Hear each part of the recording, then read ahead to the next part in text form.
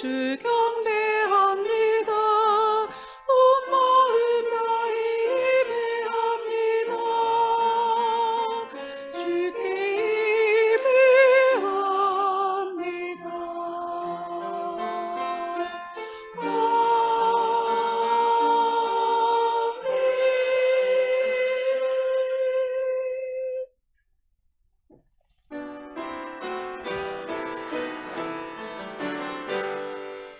다 찬양하여라 전능한 창조의 주께 내 혼아 주 찬양 평안과 구원의 주님 성도들아 주 앞에 이제 나와 즐겁게 찬양하여라.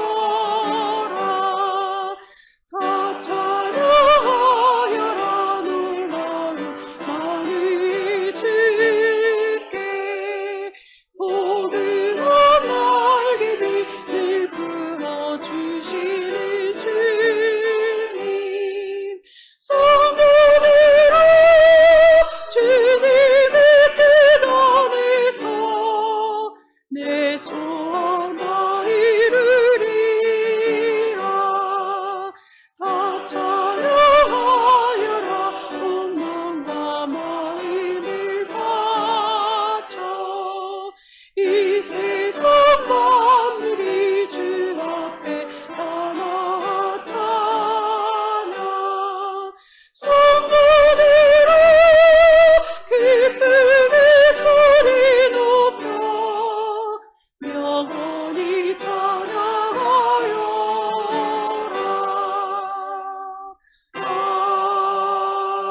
아멘.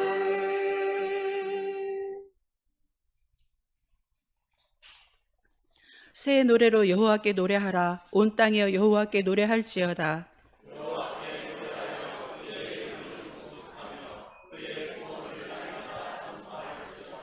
그의 영광을 백성들 가운데에 그의 기이한 행적을 만민 가운데에 선포할지어다.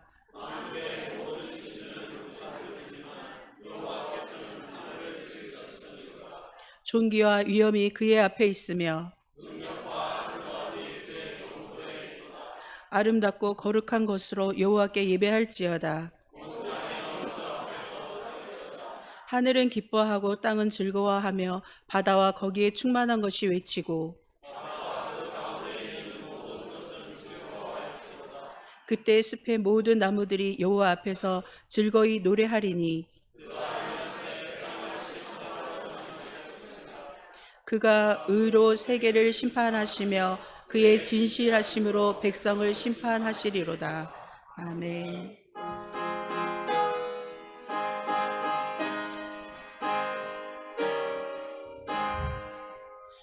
예수는 나의 힘이요 내 생명 되시니 그 주 예수 떠나 살며 지중에 빠지리 눈물이 앞을 가리고 내 맘에 근심 쌓일 때 위로하고 힘주시네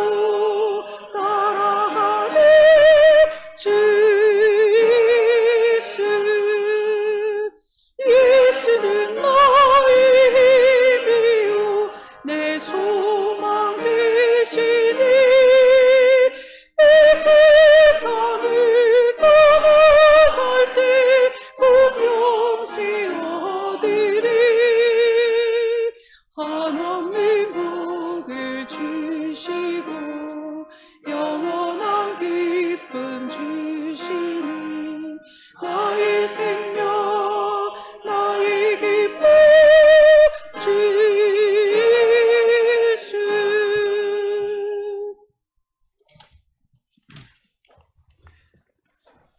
사랑의 하나님 아버지, 감사합니다.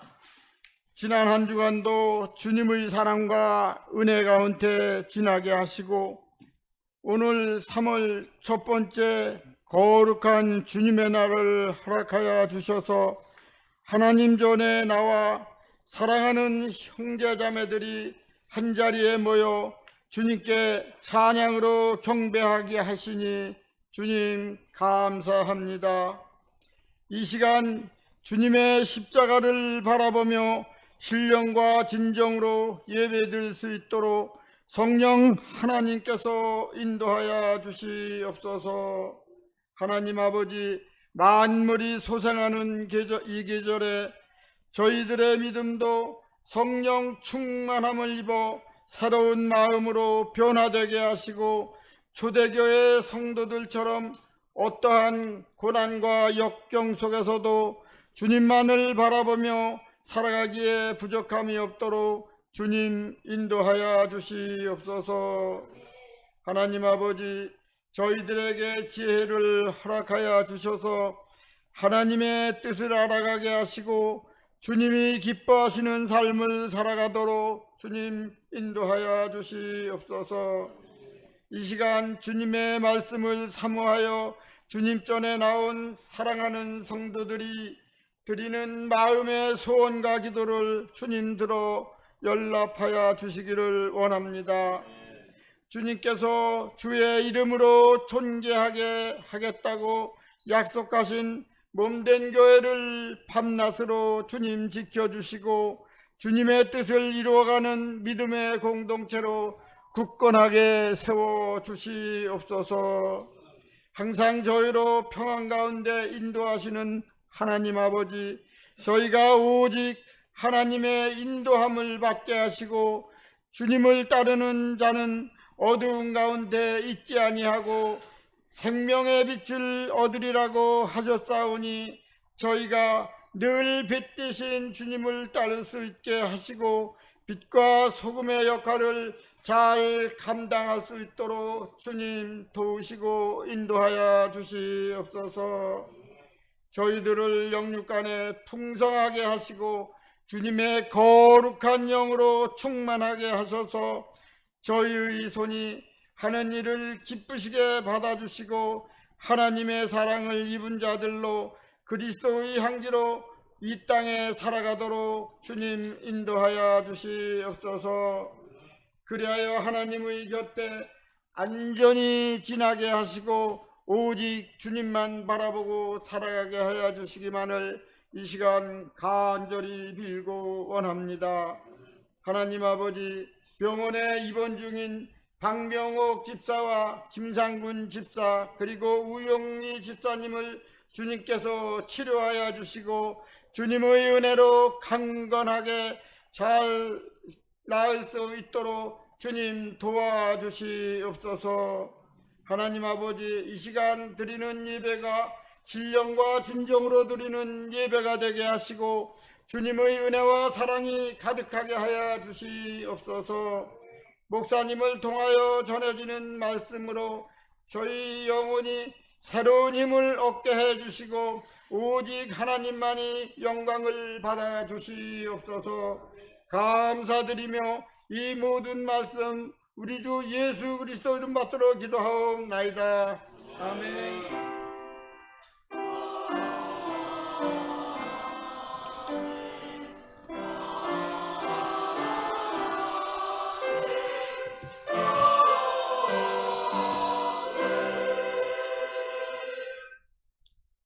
앞뒤로 평화 인사 나누시겠습니다.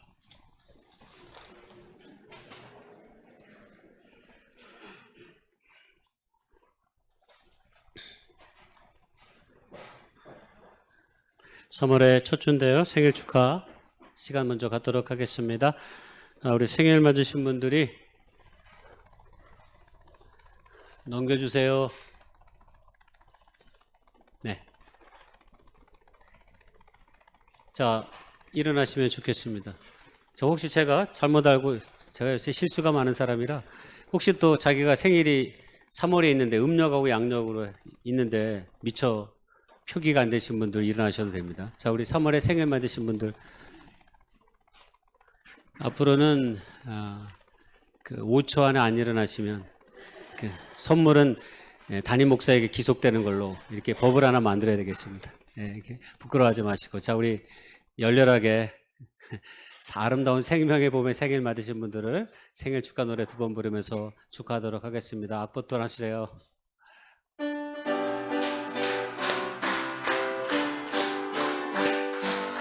축하합니다. 생일 축하합니다. 사랑하는 장로님 생일 축하합니다. 생일 축하합니다. 생일 축하합니다.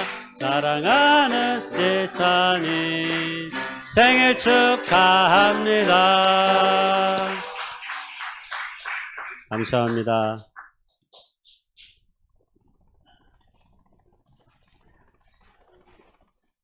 우리 교회 예배 시작은 11시지만 실질적으로는 10시 40분에 시작된다 이렇게 생각합니다.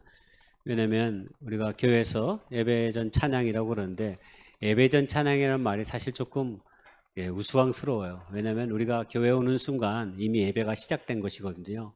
그래서 찬양을 드리는 그 순간부터 사실은 우리의 예배가 이제 시작된다라고 할 수 있습니다. 물론 이제 우리가 묵상하면서 이렇게 공식적으로 하지만, 그래서 일반 교회에서는 막 종소리도 땡치고 그러는데 저는 그것보다는 사실 우리가 교회에 오는 순간 이미 예배가 되고 또 찬양을 하는 순간 우리가 예배자로서의 자세를 갖는다 이런 생각이 듭니다.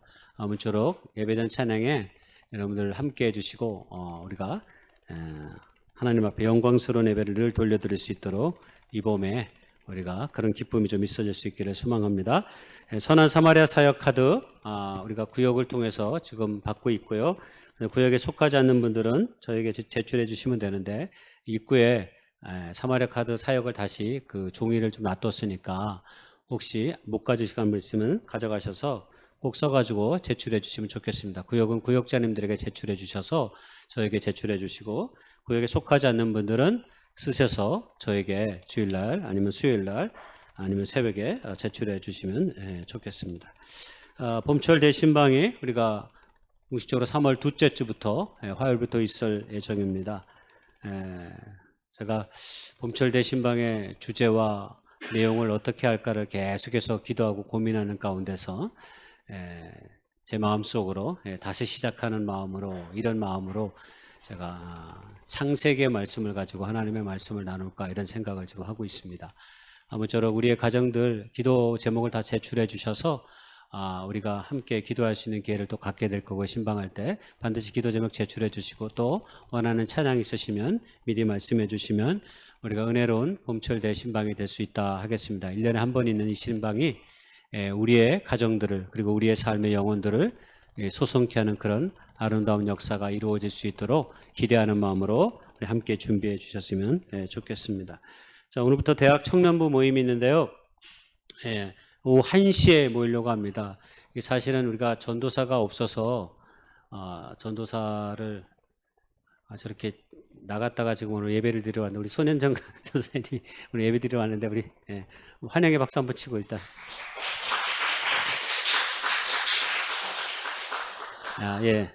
애들이랑 교감을 나누고 싶어서 방문했는데, 어쨌든 제가 좀 전도사를 구하려고 열심히 애를 쓰는데 아직 소년전 전도사만한 전도사가 없어가지고 못 구하고 있습니다.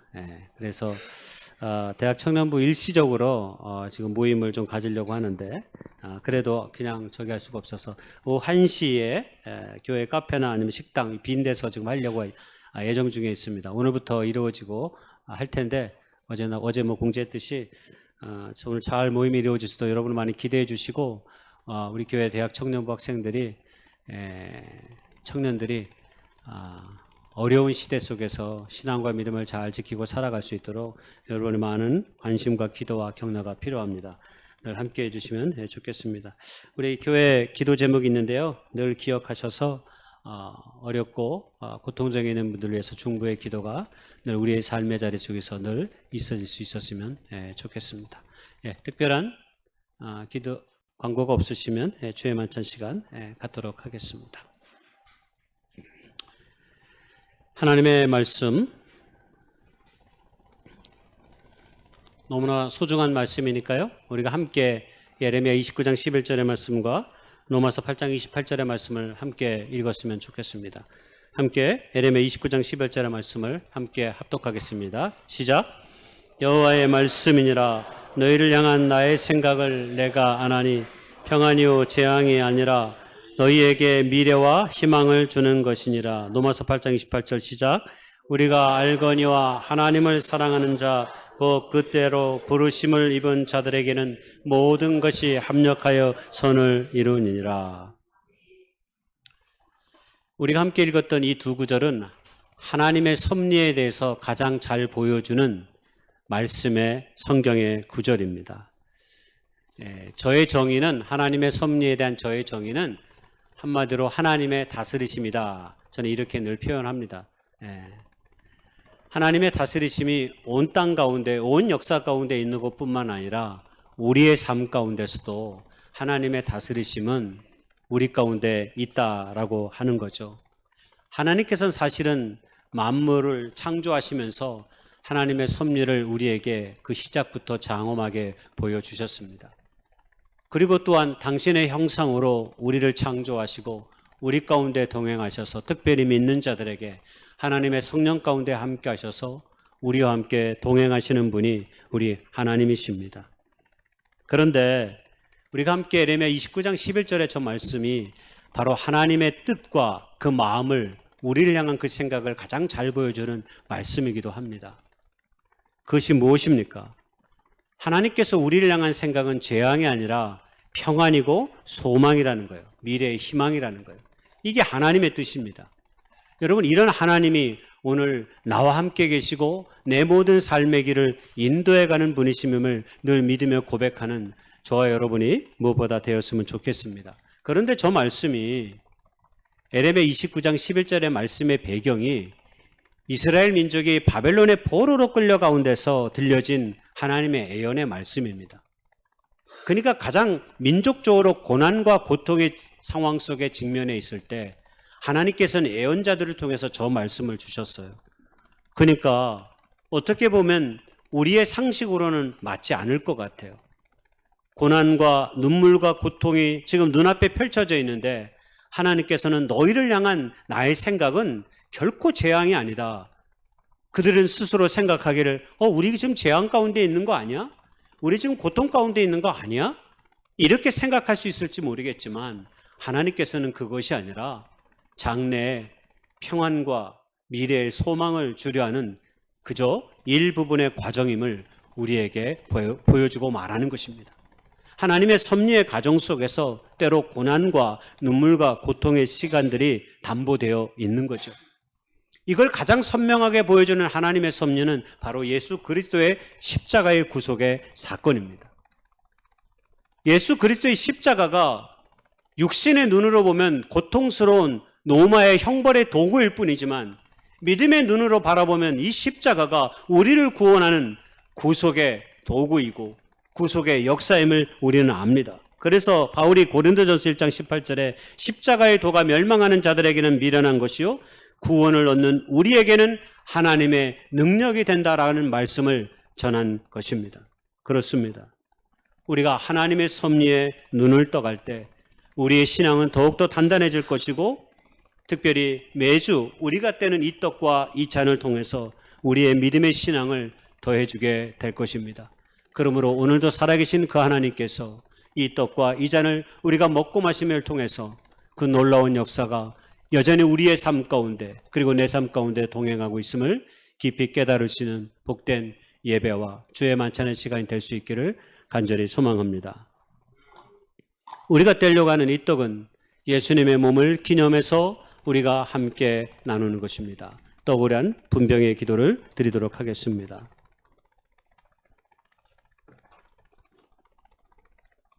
파릇파릇한 생명의 기운이 따스한 햇볕과 더불어 온 땅에 가득하는 이때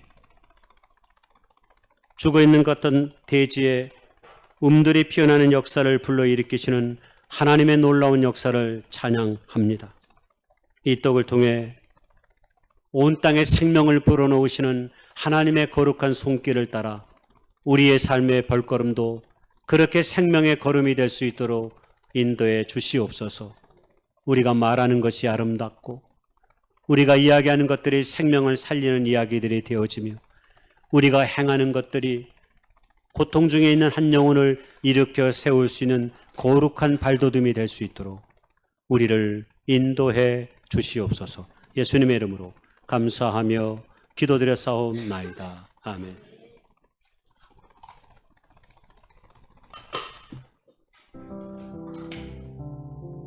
세례 받으시는 분들 일어나셔서 이 떡에 함께 참여할 수 있기를 바랍니다. 아직 세례 받지 못하신 분들이 있다면 이런 시간을 통해서 다시 한번 주님을 그리스도로 고백하면서 나아간 복된 자녀들 될 수 있기를 축복하고 소망합니다. 우리 묵상하며 나아가기 원합니다. 작은 동산에서 고민하며 슬퍼하던 한 사람, 그의 이름 예수.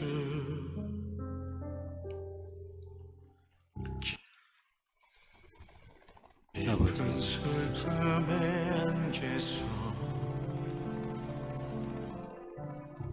부르짖던 한 사람, 고민하며 슬퍼하사 몸부림치던 떨고 있던 한 사람, 심한 통곡과 눈물로 간구하던 주님 그 마음 할 수만.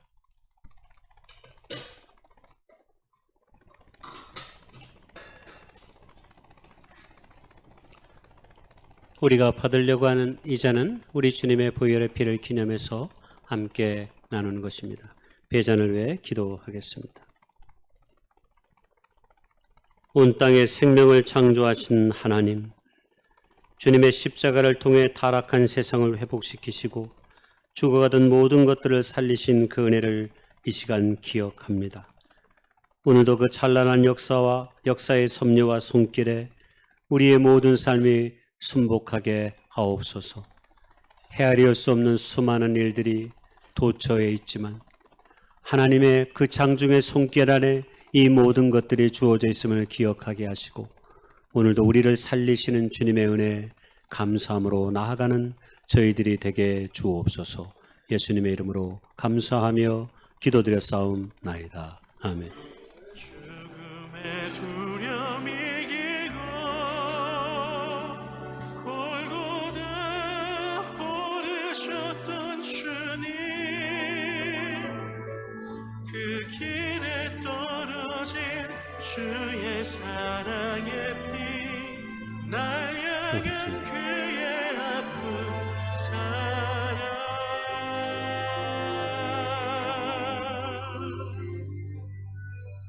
심한 통곡과 눈물로 간구하던 주님 그 마음 할 수만 있다면 피하고 싶었던 십자가 그 고난의 길, 죽음의 두려움 이기고 골고다 오르셨던 주님, 여러분, 그 길에 떨어진 주의 사랑의 피, 날 향한 그의 아픈 사랑,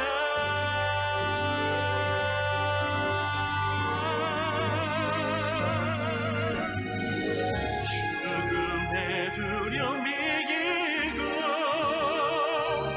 골고다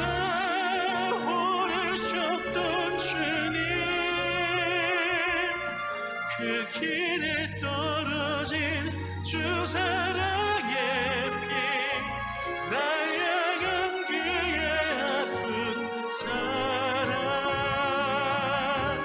날 향한 그의 아픈 사랑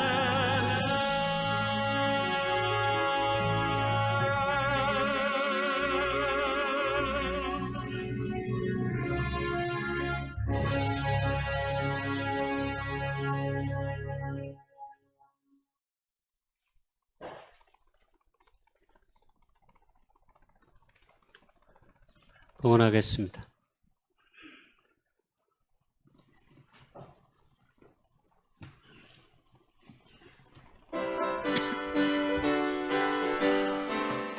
보아라 즐거운 우리지 밝고도 거룩한 천국이 거룩한 백성들 거기서 영원히 영광에 살겠네.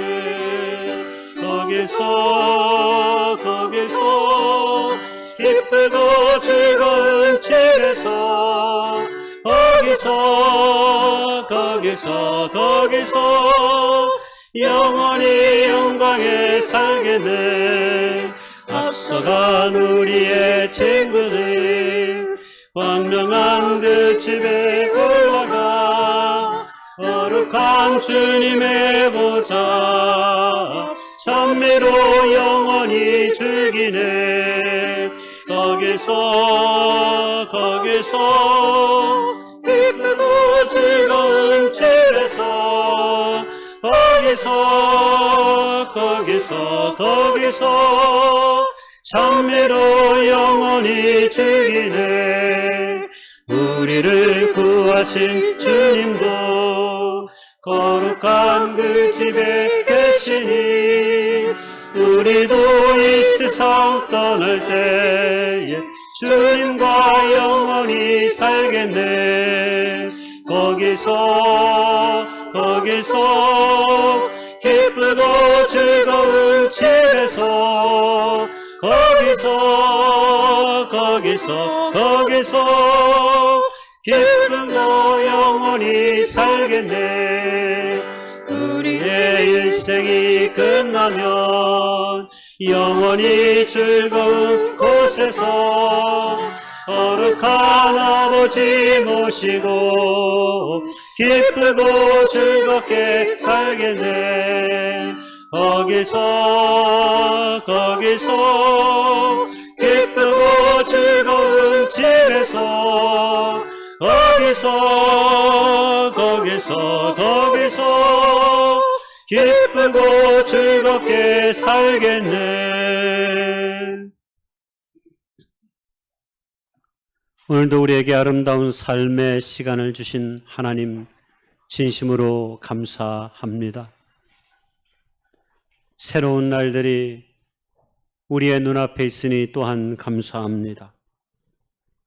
진정 바라고 원하옵기는 한순간에만 머물지 말고 긴 시간 동안 하나님 안에서 바른 인생의 삶의 길을 걷게 해 주시옵소서. 허울 좋은 육체의 그늘에 사로잡혀 않게 하시며 진실로 뼛속까지 그리스도인으로 살아갈 수 있도록 인도해 주옵소서. 찬란한 시간이 언젠가 우리의 발밑에 도착하였을 때 그때 주저하지 않고 우리의 손을 내밀어 주님을 붙잡을 수 있도록 인도해 주옵소서. 우리의 손길들과 마음들이 모여서 주님의 교회를 바르게 세워가도록 인도해 주시옵소서. 부족하고 연약하지만 우리와 함께 하시는 주님의 은혜에 기대어 오늘도 나아가오니 우리를 긍휼히 여겨 주시옵소서. 온 마음과 정성을 다해 땀 흘려 일한 노동의 대가와 생활 속에서의 감사의 기쁨과 주일에 정하여진 것들을 하나님 앞에 정성스럽게 드린 손길들을 기억하여 주시옵시고 저들의 삶과 직장과 사업과 그 모든 삶의 터전들이 하나님의 궁일 속에 덧입음을 얻을 수 있도록 주의 성령께서 눈동자처럼 지켜주시옵시고 인도해 주시옵소서. 들이지 못한 손길이 있다 해도 위로하여 주시옵시고 저들이 물질로 인하여 근심하거나 염려하지 않을 수 있도록 주의 길들을 주께서 예비해 주셔서 저들의 삶이 하나님의 거룩한 주권 속에 속해 있음을 깨달아 알 수 있도록 축복하시고 인도해 주시옵소서. 이 모든 말씀 우리 구주 예수님의 이름 받들어 감사하며 축복하며 간절히 기도드렸사옵나이다. 아멘.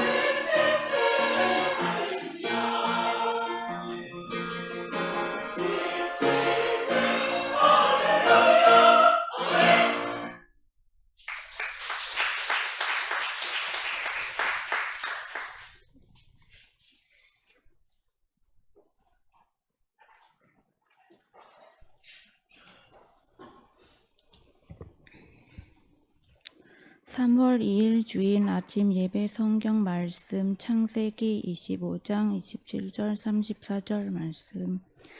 그 아이들이 장성함에 에서는 익숙한 사냥꾼이었으므로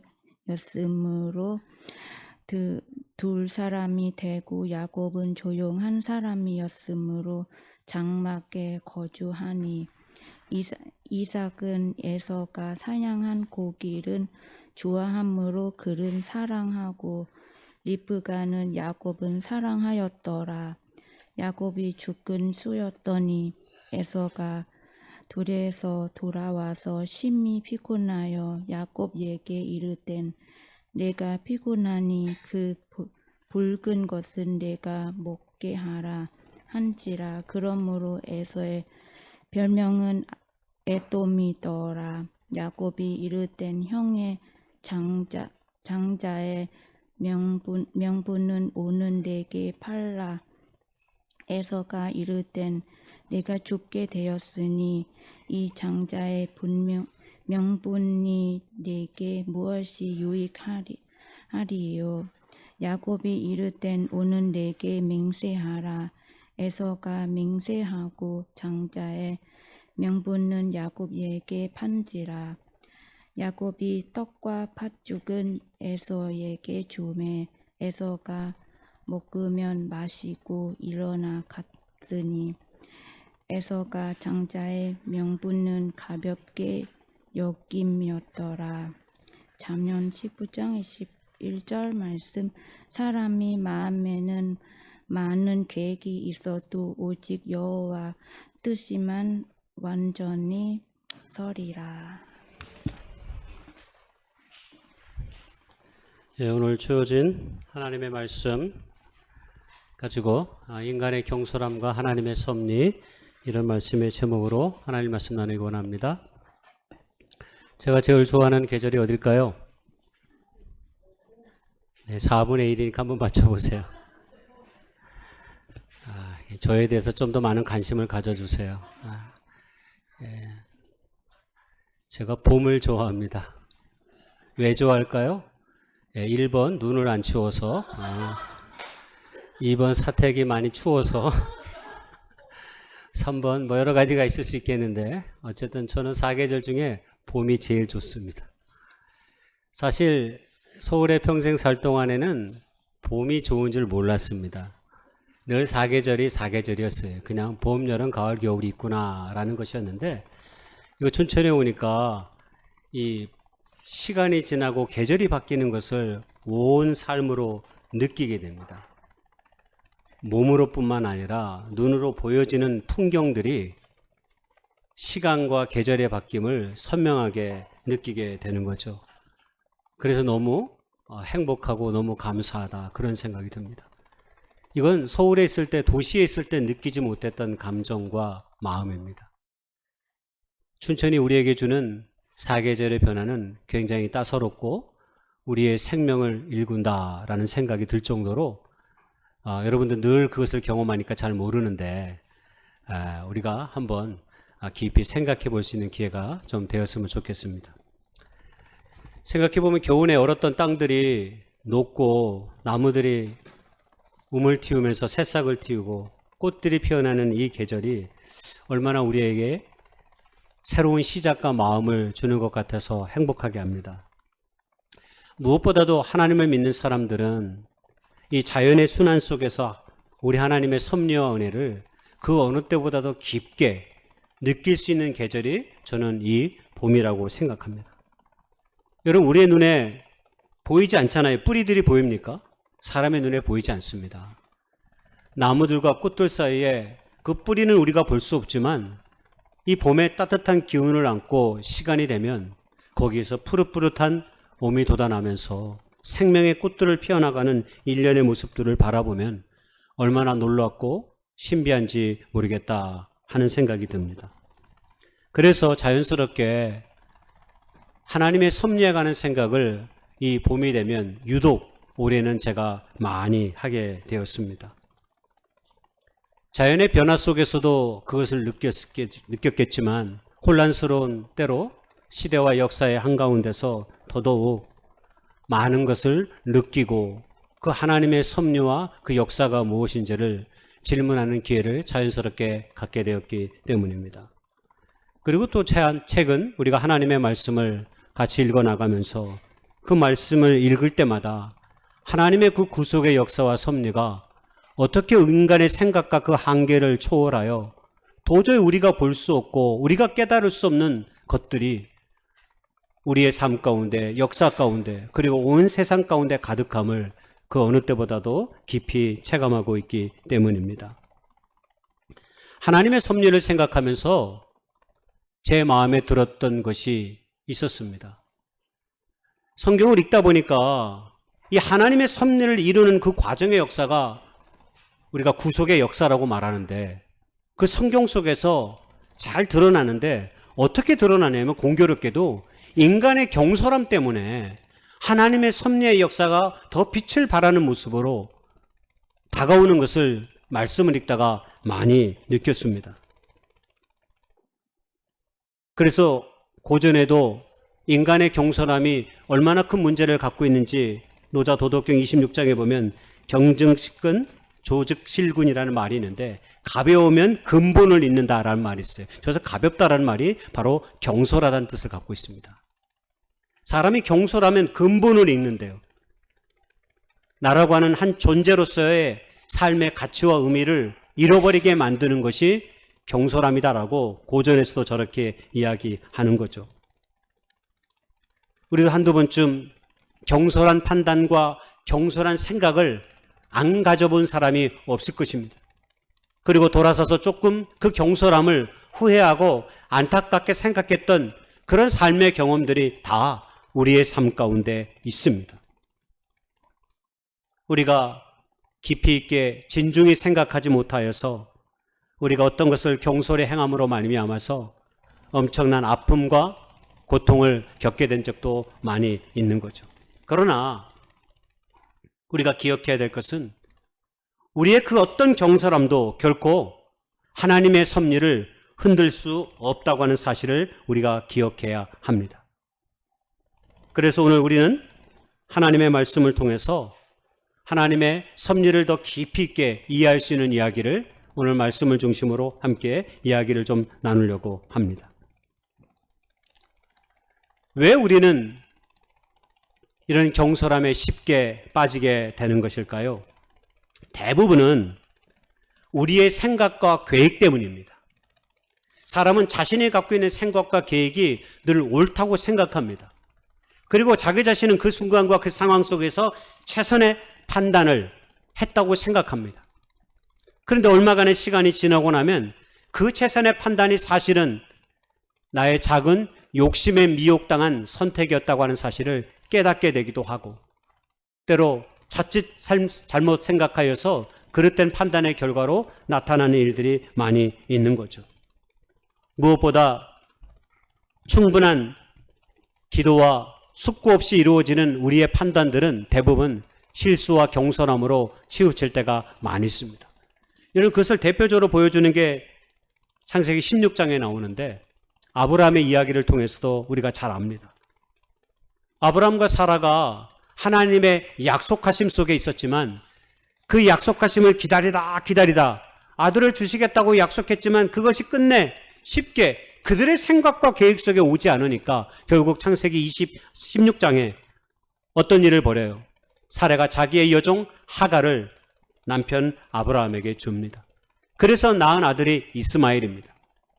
그리고 집안에 갈등이 벌어지고 훗날 이스라엘 민족의 역사 속에서도 크나큰 갈등이 이 일로 말미암아 일어나기도 하는 거죠. 하나님의 계획을 끝끝내 믿고 신뢰하지 못한다면 우린 늘 자신의 방법으로 문제를 해결하려고 합니다. 그러나 그것이 더 큰 문제를 초래할 때가 많이 있는 거죠. 그런 의식에서 오늘 잠언 19장 21절에 우리가 읽었던 하나님의 말씀, 사람의 마음에는 많은 계획이 있어도 오직 여호와의 뜻만이 온전히 서리라 라고 하는 이 말씀을 우리가 한번 깊이 생각해 봐야 합니다. 실제로 성경은 인간이 경솔함에 치우쳐 어떤 행동을 하고 어떤 선택을 하고 행위를 했지만 그 모든 것을 하나님의 뜻 가운데서 이루시는 놀라운 역사를 많이 발견합니다. 특별히 창세기에 그런 역사가 너무 많습니다. 예를 들어 이스라엘 백성들이 위대한 이스라엘 민족으로 출애굽을 통해서 하나의 민족으로 발돋움하게 된 그 결정적인 순간의 때가 바로 언제입니까? 바로 요셉의 이야기 때입니다. 요셉이 형들의 시기심에 이끌려서 동생을 어떻게 해요? 노예로 팔아버리는 결정을 해버립니다. 처음엔 죽이려고 했죠. 그러나 그들의 잘못된 결정을 통해서도 하나님은 요셉을 통해서 애굽의 총리로 세우시고 많은 사람들을 구원할 뿐만 아니라 장차 이스라엘 민족을, 이스라엘의 야곱의 가족들을 이집트로 오게 하셔서 훗날 이스라엘 민족을 낳게 하는 결정적 동인들을 제공하는 것이죠. 그래서 요셉은 그렇게 이야기합니다. 당신들은 나를 해하려고 했지만 하나님은 그것을 선으로 바꾸사 오늘과 같이 많은 백성의 생명을 구원하게 하셨다라고 하는 형들에 대한 요셉의 이 고백이야말로 하나님께서는 때로 악한 것도 우리의 잘못된 경솔함도 하나님의 뜻 가운데 섭리로 바꾸시는, 선으로 바꾸시는 분이심을 우리에게 분명하게 이야기하고 있는 거죠. 여러분, 오늘 우리가 창세기 25장을 읽었습니다. 우리는 세상에서 가장 비싼 팥죽으로 팔린 한 이야기를 우리가 창세기 25장에서 보았습니다. 세상에서 가장 비싼 팥죽은 창세기 25장에 나옵니다. 바로 장자꾼을, 한 가문의 장자꾼을 팥죽 한 그릇으로 팔아버렸기 때문입니다. 예수는 사냥꾼이었습니다. 사냥을 하다 보니까 배가 너무 고파가지고 뭐 좀 먹을 것이 없나 생각하고 두리번거리는데 공교롭게도 부엌에서 맛있는 팥죽 냄새가 나는 거예요. 아니나 다를까 엄마를 도와서 가정일을 열심히 돌봤던 야곱이 팥죽을 열심히 쓰고 있었던 거예요. 그러니까 형 에서가 야, 내가 지금 너무 배가 고프다. 너무 배가 고프니까 그 팥죽을 좀 달라. 근데 예서가 뭐라고 오늘 읽었던 성경에서 얘기하냐면, 잘 읽어보신 분들은 알았겠지만, 내가 죽게 되었으니. 아니, 밥 한 끼 안 먹었다고 지금 예서가 자기 자신을 어떻게 표현해서 죽게 되었다. 근데 이게 어르신들이 좀 잘 이해가 된다고 그러더라고요. 나이가 들면 배가 조금 고픈데 그게 많이 배고플 정도로 정말 힘이 하나 없을 정도로 한 끼를 굶으면 그렇게 된다고 그러더라고요. 저는 아직 그 정도는 안 됐기 때문에 아직 어른이 좀 아직 안 됐긴 했는데 그렇대요. 근데 에서는 나이 드신 분도 아니잖아. 젊은 친구잖아. 그러니까 꼭 이 말은 아까 앞서 말씀드린 말은 꼭 진실은 아닐 거야. 젊은 사람들도 얼마든지 이렇게 힘든 일을 하고 오면 엄청난 배고픔에 시달릴 수 있기 때문입니다. 그러니까 내가 죽게 되었으니 내가 갖고 있는 장자의 명분이 뭐가 유익하냐라고 야곱에게 이야기합니다. 지극히 경솔하게 말을 합니다. 에서는 경솔한 행동뿐만 아니라 경솔한 말을 했어요. 그의 말과 행동은 언제나 함께 갑니다. 여러분, 대부분의 모통 사람들이 실수할 때 경솔한 말을 하는 사람이 반드시 경솔한 판단을 하게 되어 있습니다. 예서가 꼭 거기에 해당됩니다. 이렇게 경솔한 말을 하니까 경솔하게 자신이 갖고 있는 그 장자의 명분, 장자권이 얼마나 큰 것인지를 여러분 모를까요? 야곱이 부자였을까요? 가난한 자였을까요? 제가 지난주 설교했을 때 기억하시나요? 야곱이 형 에서에게 나중에 엄청난 선물을 남겨다 주잖아요. 그 선물의 양을 제가 막 소개했잖아요. 네. 야곱 거부예요, 거부. 그러면 거부의 아들이, 쉽게 말하면 대기업의 아들이 받을 유산과 상속이라고 하는 것은 우리의 상상을 초월할 정도로 크다라고 말할 수 있는 거죠. 그래서 세상에서 가장 비싼 팥죽이 여기 있다라고 제가 얘기한 거예요. 결국 에서의 경솔함은 한없이 가벼웠지만 하나님께서는 이를 통해 야곱을 집에서 쫓겨나 외삼촌 나반의 집에 가게 하고, 그리고 그를 통해서 그곳에서 사랑하는 레아와 라헬을 얻고, 훗날 이스라엘의 12지파를 형성하는 그 모태를 거기서 나반의 집에서 다 형성하고 만들어서 이스라엘로 돌아옵니다. 그래서 이스라엘의 역사의 길을 여는 사람. 그래서 야곱이 이스라엘이잖아요. 이스라엘의 아버지가 야곱입니다. 예서의 이 작은 경솔함이 하나님께서 놀라운 이스라엘 민족에 대한 구원의 역사를 이렇게 세우시고 만드신 것입니다. 그러면 우리도 마찬가지로 툭하면 경솔함에 치우쳐 실수가 많은 우리의 삶 속에서도, 그럼 우리는 어떻게 이 땅 가운데서 바르게 살아갈 수 있을까요? 간단하게 몇 가지로 좀 이야기를 나눠보려고 합니다. 우리가 하나님의 섭리에 순복하면서 살기 위해서는 첫 번째로 겸손히 하나님의 때를 기다릴 줄 알아야 합니다. 우리의 판단이나 뜻보다, 계획보다 하나님의 뜻과 시간이 더 완전하다고 하는 사실을 우리가 믿음 가운데서 고백할 수 있어야 합니다. 그런데 이게 참 힘들어요. 이게 말은 쉬운데 이게 참 우리의 생활 가운데 이 문제가 도래하면 힘들게 됩니다. 왜? 한국 사람들은 유독 빨리빨리 문화에 너무 익숙해져 있어요. 한국 사람들은 모든 것이 빨리 이루어져야 합니다. 그래서 오늘 기도해놓고 나가는 순간 이루어지기를 원해요. 한국 사람들은 그렇게 급해요.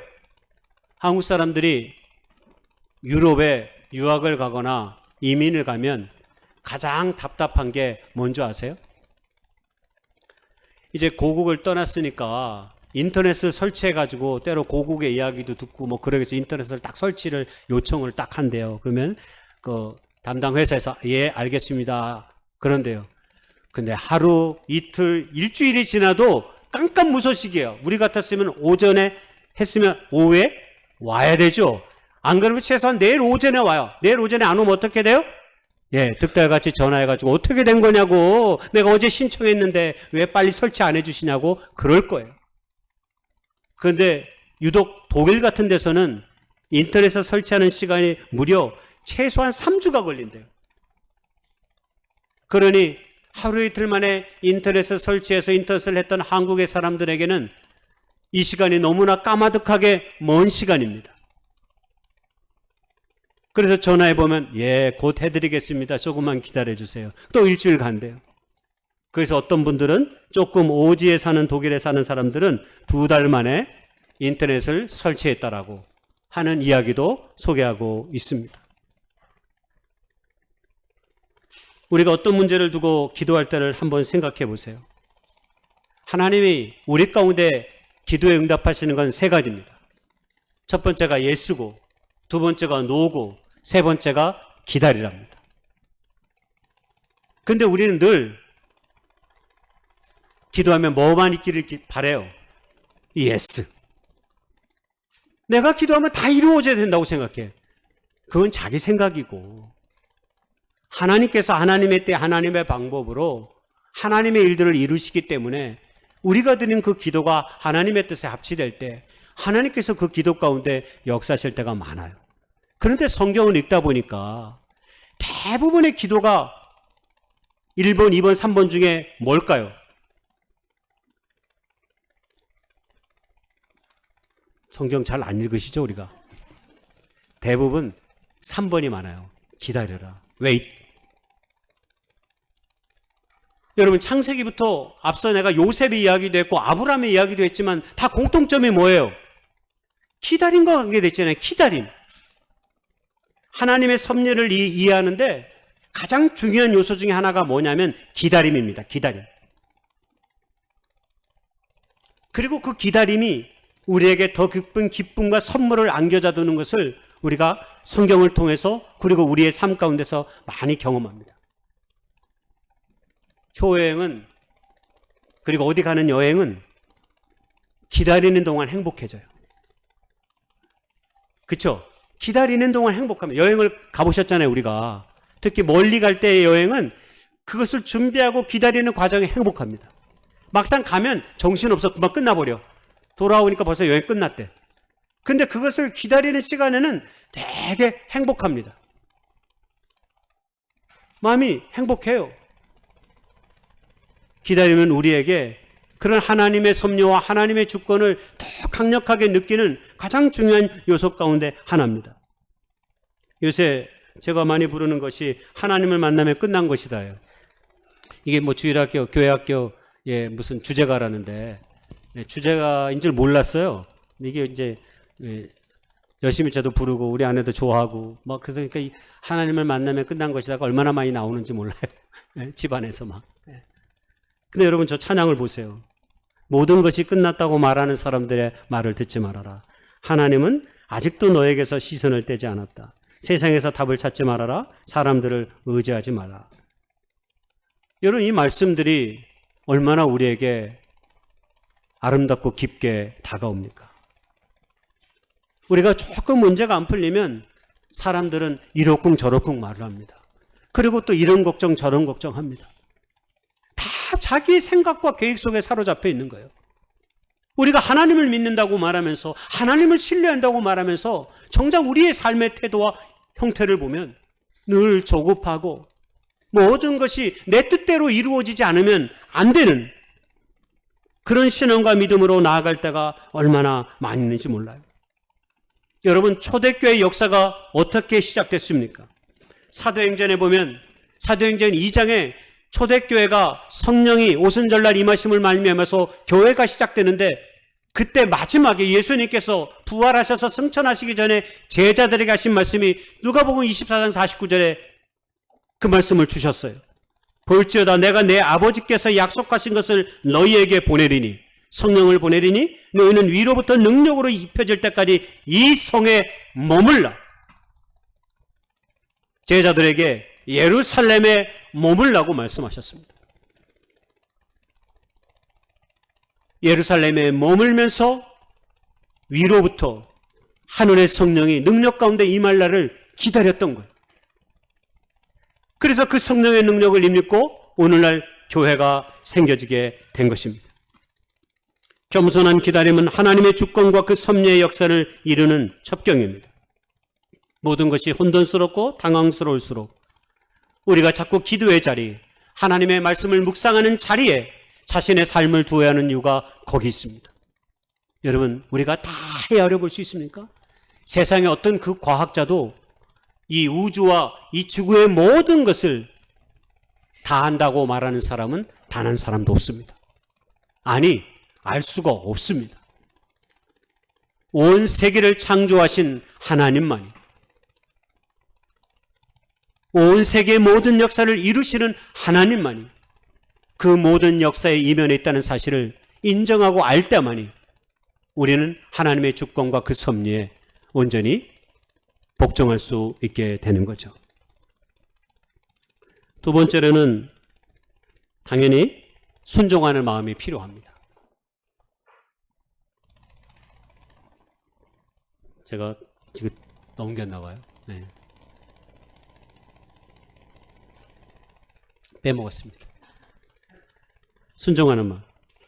이게 사실은 앞서 비슷한 말씀이긴 합니다. 겸손히 우리가 하나님의 때를 기다리는 것과 순종은 서로 맞물려 있어요.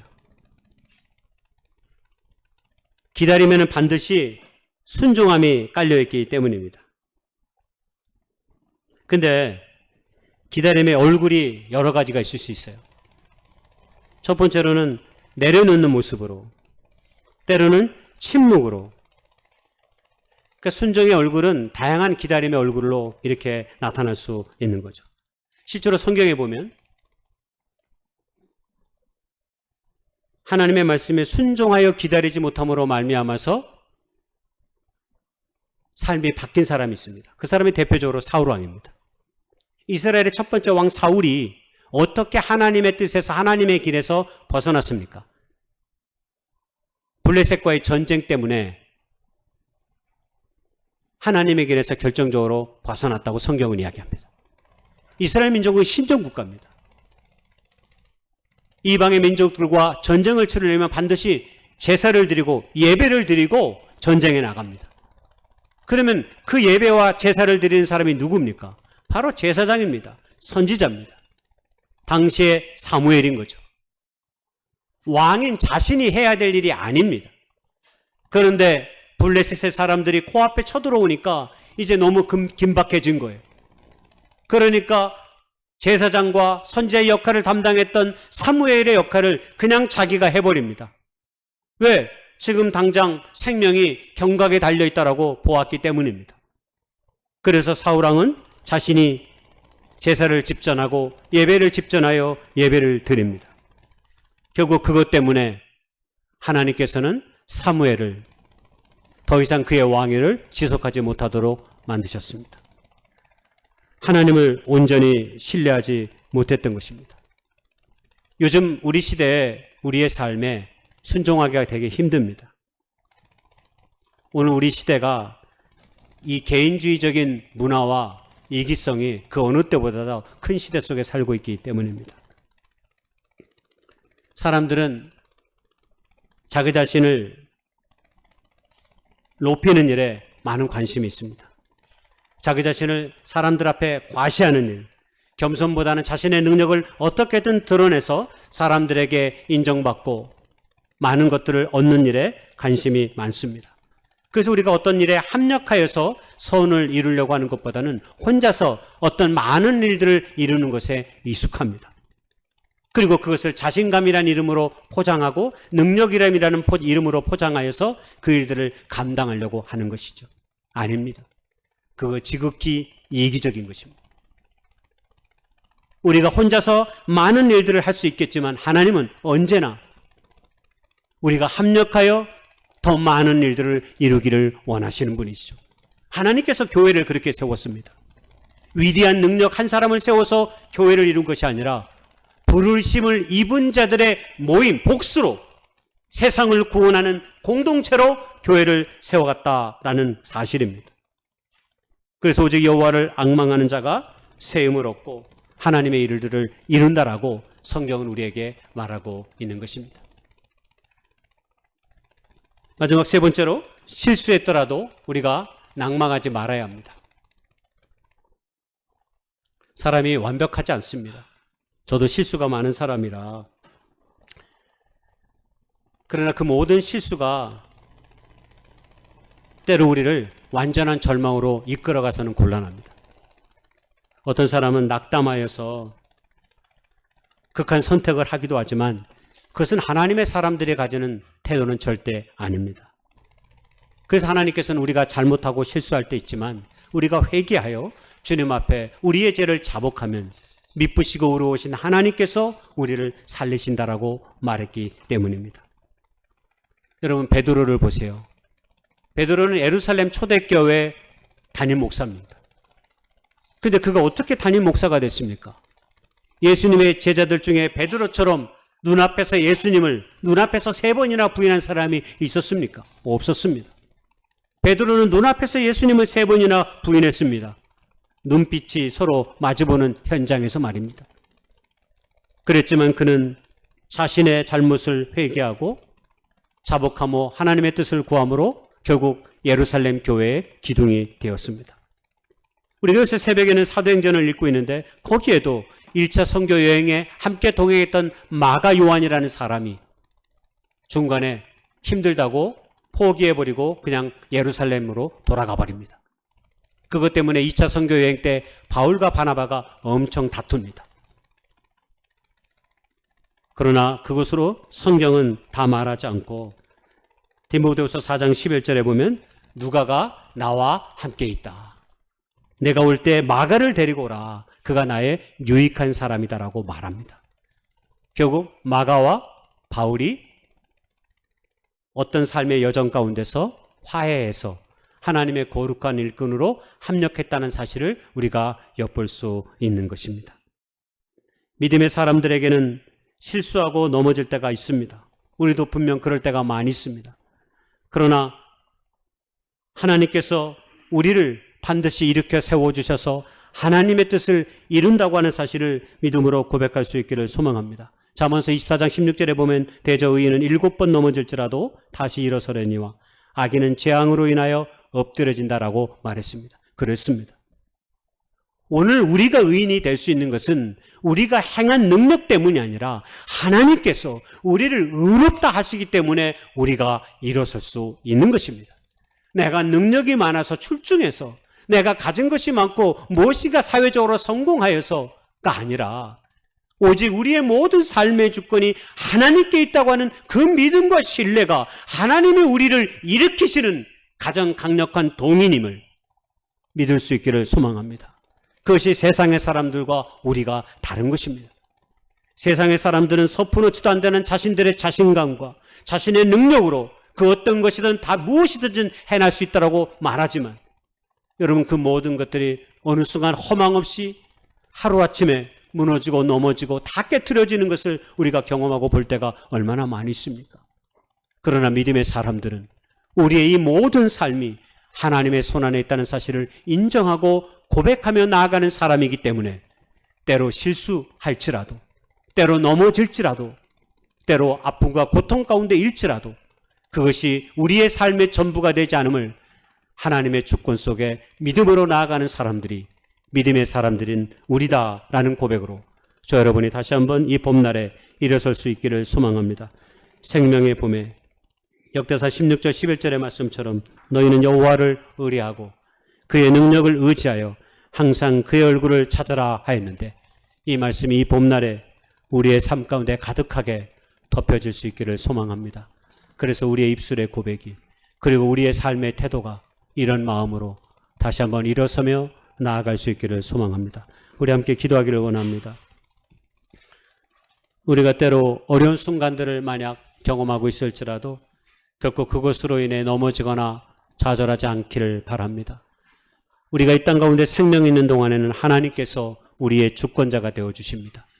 그러므로 주권자 되신 그 하나님께서 오늘도 우리를 일으켜 세우실 것을 믿으면서 우리의 모든 짐을 주님 앞에 맡기며 하나님의 은혜와 하나님의 도우심을 생각하며 나아갈 수 있는 그 믿음의 고백이 이 시간 오늘 우리에게 있어질 수 있기를 소망합니다. 이 시간 우리의 삶의 모든 문제를 잠시 주님 앞에 내려놓고 기도하는 시간을 갖기를 소망합니다. 우리 기도하겠습니다. 아버지, 감사합니다. 늘 돌이켜 생각해 보면 실수하고 넘어지며 아파하는 것들이 너무 많습니다. 그때 그렇게 하지 않았을 것을, 그때 그렇게 선택하지 말아야 될 것을 아버지는 바꿀 수 없는 후회함으로 자신의 모든 시간의 삶을 송두리째 두려움과 어둠 속에 가두어 버릴 때도 많이 있습니다. 그러나 이제 그렇게 하지 않게 하옵소서. 우리를 이렇게 세우시는 하나님의 능력과 그 은혜를 믿으며 결코 포기하거나 절망하지 아니하고 하나님의 어깨에 기대어 우리의 삶의 순간들을 살아갈 수 있도록 인도해 주시옵소서. 주님의 마음을 우리가 알기에 우리가 두렵지 않습니다. 주님의 그 뜻을 우리가 알고 믿음으로 고백하기에 우리가 완전하게 넘어지지 않습니다. 우리를 이렇게 세우시는 하나님, 그 하나님 앞에 겸손히 오늘도 나아갈 수 있도록 인도해 주시옵소서. 우리 구주 예수님의 이름으로 감사하며 간절히 기도드렸사옵나이다. 우리 다 같이 일어나셔서 찬양드리기 원합니다.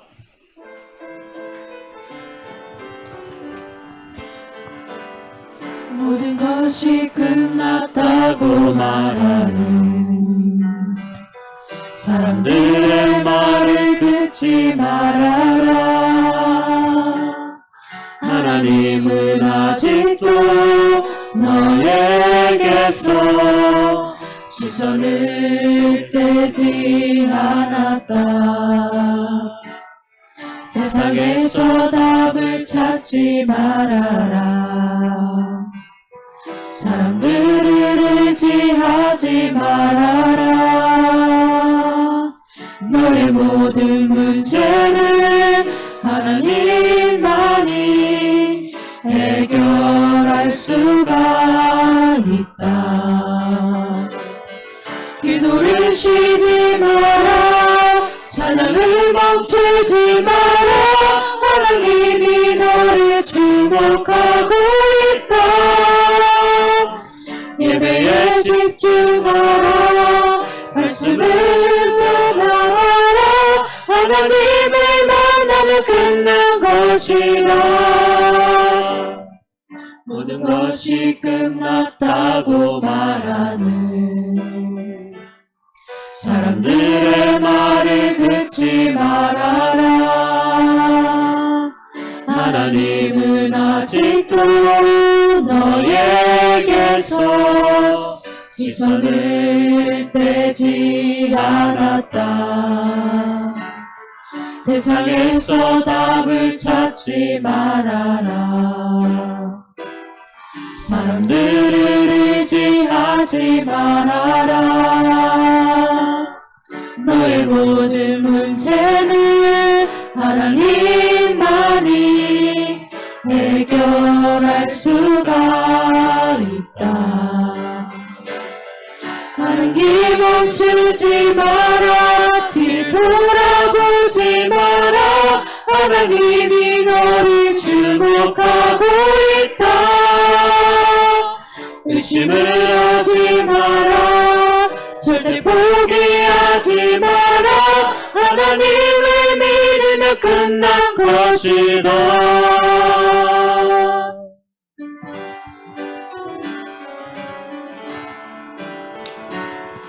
그대 폭풍 속을 걷고 있을 때 비바람을 마주해야 할 때 그 뒤조차 보이지 않아도 그대 혼자 걷지 않을 거예요. 두려움 앞에서 하늘을 보아요. 외로운 그대여 걱정 마요. 꿈꾸는 그 길에 또 걷고 걸어요. 그대 혼자 걷지 않을 거예요. 그대 폭풍 속을 걷고 있을 때 비바람 마주해야 할 때 불빛조차 보이지 않아도 그대 혼자 걷지 않을 거예요. 두려움 앞에서 하늘을 보아요. 외로운 그대여 걱정 마요. 꿈꾸는 그 길을 또 걷고 걸어요. 그대 혼자 걷지 않을 거예요. 이제는 2000년 전에 이 땅에 오셔서 허물 많고 죄 많은 저희들을 구속하시기 위해 십자가에 못 박혀 죽으신 우리 구주 예수님의 은혜와 우리 아버지 하나님의 극진하신 사랑과 성령님의 감화감동 내주 충만 교통하심의 역사가 우리의 연약함에도 불구하고 하나님이 이루시는 뜻이 우리의 삶 가운데 있음을 알고 믿고 나아가기를 소망하는 춘천교회 모든 식구들과 이 예배 참여한 모든 사람들 위해 지금부터 영혼까지 함께 하시기를 우리 구주 예수님의 이름으로 간절히 축원하옵나이다. 아멘.